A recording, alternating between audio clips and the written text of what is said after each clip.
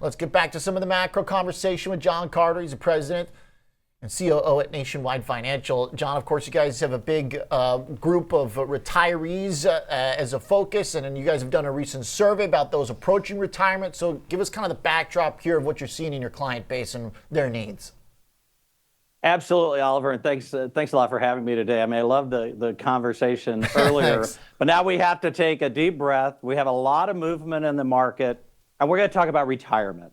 Okay, so we're just going to, everything's fine. We're going to talk about retirement. Nationwide Retirement Institute did survey 1,000 pre-retirees and retirees. So what we wanted to get was like their attitudes in retirement, and then also those that are on the way to retirement. And we found out some really interesting things. And I think it's really timely now because from a timing standpoint, we have more than 12,000 people a day turning 65 this year. We call it peak retirement. It's the most it's ever been. So we need to start talking about retirement with some urgency and maybe some of the excitement that Kevin had. Yeah. But when you look at the gaps that we found, I think this is what could be interesting for many tuning in today. One is that there was an unrealistic estimate about basic living expenses.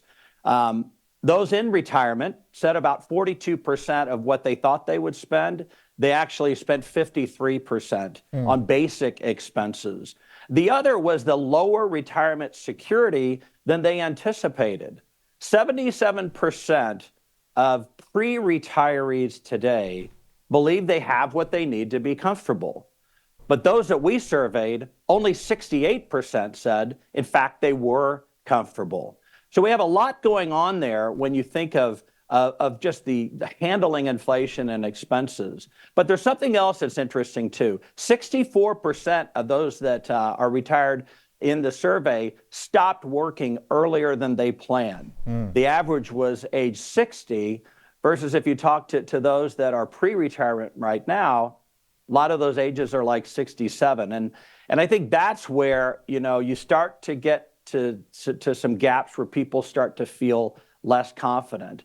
Finally, I'll say that 36% of the survey said that they received less in Social Security than they expected. Wow. So those are the ones in retirement, but we also asked them about advice to their younger selves as well. And I'll pause for a minute just to see if you have any questions. I do want to get to that, John. So what, in the meantime, for these gaps, what do you see as the most frequent solution? Are folks re-entering the workforce? Are they feeling like they need to recover lost ground by being in more speculative short-term investments to try and close the gap? Or what then is the answer? Kind of all of the above. Actually, those that looked at what they could do or the implications, some actually said that they're going to return or considering returning to work from retirement because they fear running out of money. And some have just said, I've run out of money for my current expenses. So there's a lot that's happening there that I think, really causes a reason for a call to action. And again, I think that there's some great advice that those retirees gave and those that responded that I think we could all benefit from, not only if we're almost to retirement, but I have 3 adult kids. I mean, they don't live in my home like Kevin's do, but they are young adults. And the advice that they would give their younger selves. So I would say, okay, if you're about to retire, this is something you want to listen to. Or if you have younger people in your house or in your family, this is advice that everybody can pay attention to. One is clearly we're going to expect and need more money than you think, even if you've done everything right in planning for retirement. The second is don't assume that you can necessarily work as long as you expected. Those that were in retirement thought that they'd work to age 67. The reality is that they worked until age 60. There's a lot of reasons why, but that's something, again, to play into your planning. Start saving early and planning early. I think, if you know anybody under 30 years old, those are people that need to start saving for retirement, even though the things you talked about on the segment before is a lot more fun to talk about. boy, you can do yourself a lot of good by saving early.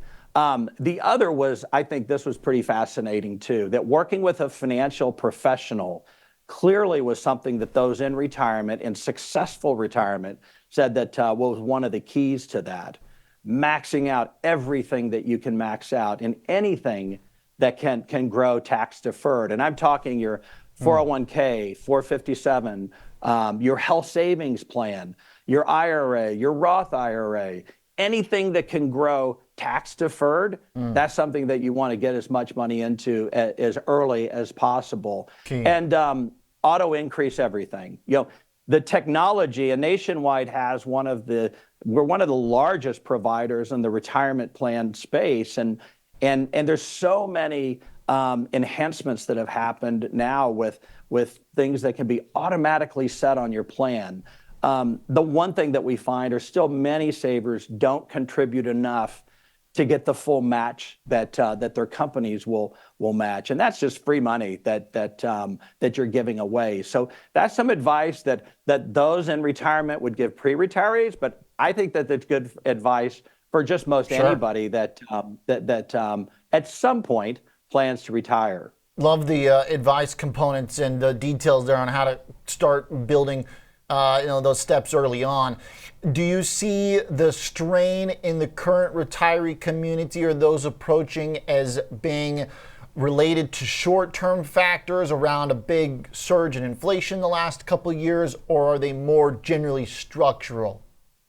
Yeah, well, something is really happening now in America's journey in retirement. And here's what it is. Traditionally, I mean, we look at a statement and what do we look at? We look at that value, right? We are focused traditionally on accumulation.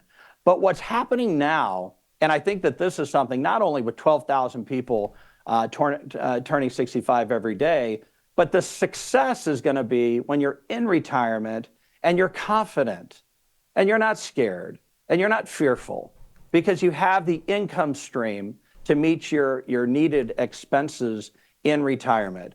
So in the future, it may be more successful for you to figure out, do I have enough income coming in retirement, than just always looking at that accumulation number at the bottom of your statement. And so there's a lot happening there. But again, great advice would be, saving early, but also working with someone who understands how to put protected retirement and create these income streams in retirement into action. I know you all work and have many, many financial professionals that are associated with Schwab that can help from that standpoint. But that is something, too, that I thought was interesting. We're less than 40% of those that we surveyed get their information from a financial professional. Wow. But those that are in retirement and confident in retirement most likely are working with a financial professional. So we have a gap there that certainly we need to close. And it's not just doing all the work if you're the investor. I think for financial professionals, those that are growing and getting new clients are those ones that have dedicated their practice to figuring out how to offer protected income to their customers and to their clients and create this holistic plan that includes everything that you have, growing tax deferred or even in taxable accounts, and beginning to have these discussions. Do I have enough for long-term care? Do I have enough for out-of-pocket expenses in healthcare? What's my strategy with Social Security, which is another income stream that you can have strategies around? Just there's a lot there. And, I'm going to be turning 61 on Valentine's Day, so right around the corner. But I didn't have all these types of ways to grow tax deferred when I was younger, 40 years ago or so, when I came into this industry. And I think that we all have to have more accountability and really begin to say, what are those things I can do today, even if it's a small amount, to get in a tax deferred plan? And am I working with a financial professional that knows how and understands and has a dedicated practice on income planning? I think then you really have some things that can help you at any age. Thanks for the help. Thanks for the advice. Like the data from the survey. Appreciate your time, John. Thanks, Oliver. Thank you, John Carter, President, COO at Nationwide Financial.